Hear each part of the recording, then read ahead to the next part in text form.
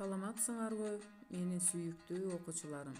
Бүгүн биз адеп сабагынан жомокчулар, манасчылар, акындар, элдин тарбиячылары деген темада түшүнүк алабыз.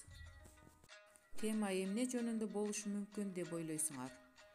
Манас эпосу жөнүндө эмнени билесиңер? Манасчы деген ким? Эпостон үзүндү билесиңерби? Билсеңер айтып бергиле.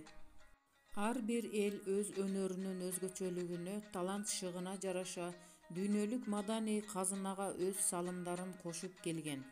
Манас эпосун жаратып, ошол дүйнөлүк маданий казынаны байыткан. Манас эпосу кыргыз элинин бабалардан ата мурасы, улуттук сыймыгы, руханий маданиятынын туу чокусу. Ал кылымдар бою муундан муунга ооз-эки түрүндө өтүп сакталып келген ыр түрүндөгү улуу чыгарма. Манас эпосунун бир эле вариантын 6 ай күн-түн тамак ичпей, уйку көрбөй айтуу керек. Манас айтуучулук дүйнөдөгү бирден бир уникалдуу искусство. Себеби ага инструмент, оркестр кошулбайт. Манасчы өзү актер, өзү дирижер, өзү аткаруучу. Залкар манасчы Саякбай Каралаев өмүрүнүн 60 жылын Манаска арнап, Манас 3 илтигинин 3 бөлүмүн толук жаздырууда тоодо эмгек кылган. Манасчылык кесипте бүгүнкү күнгө чейин илимде так жооп алына элек сырлардын бири манас айтууну үйрөнүүдөгү биринчи кадамды түш көрүүдөн баштоо.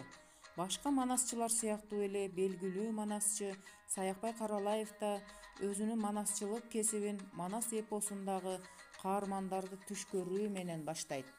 Саякбай түшүнө Манас 2 жолу кирет экен. Анын өзүнүн айтуусу боюнча биринчи түшүнүн мазмуну мындай. Саякбай түндө үйүнө келе жатып, жолдон чоң ташты көрөт. Ошонун жанына жеткенде өзгөчө катуу үн чыгып, эси ооп калат.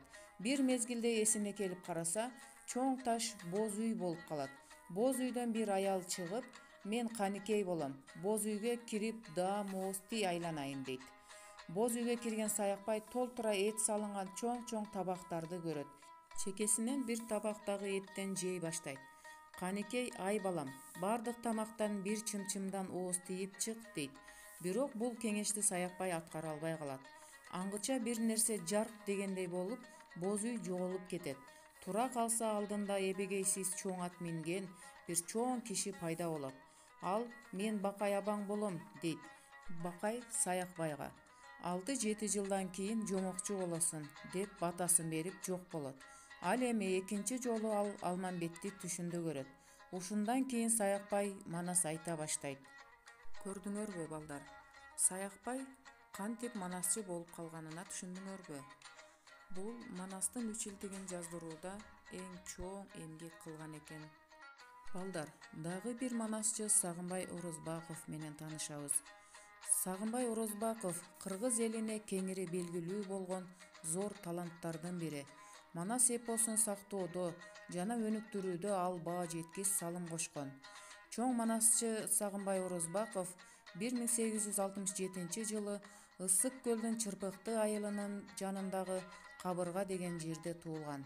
Манас айтуу ишине Сагынбай 14-15 жаш курагынан тартып кирише баштаган. Бардык эле манасчылар сыяктуу Сагынбай Орозбаков да Манас эпосун айтууну түш көрүү менен байланыштырат. Сагынбай түшүндө бир чоң үйдүн ар кай жерлеринде Манас айтып жаткан кишилерди көрөт. Алардын ар бири ар башка окуяларды айтып жаткан болот. Ошондо бирөө Сагынбайды Манас айтпасаң ай балта менен чабам деп коркутат. Ал жигит Семетей экен. Ошол түшүнөн кийин Манас айтууга кирише баштайт. Сагынбай Орозбаков 1916 жылы Кытайга эл менен үркүп барып, ал жерде да Манас айткан. Кытайлык кыргыздардан да буга тең келген манасчы чыккан эмес. Сагынбай Орозбаковдон Манас 3 илтигинин биринчи Манас бөлүмү гана жазылып алынган. Анын ооруп калганына байланыштуу калган Семетей, Сейтек бөлүмдөрү жазылып алынбай калган. Манас эпосун өнүктүрүүдө Сагынбай Орозбаковдун кандай салымы болгон? Сагынбай ата Манас эпосун айтууну эмне менен байланыштырат? Силердин дагы Манас айткыңар келеби? Келгиле анда, Манас айтып көрөбүз. Силер менен Ош шаарындагы номер 18 мектеп лицейинин башталгыч класс мугалими Жүсүп Ахматова саадат болду.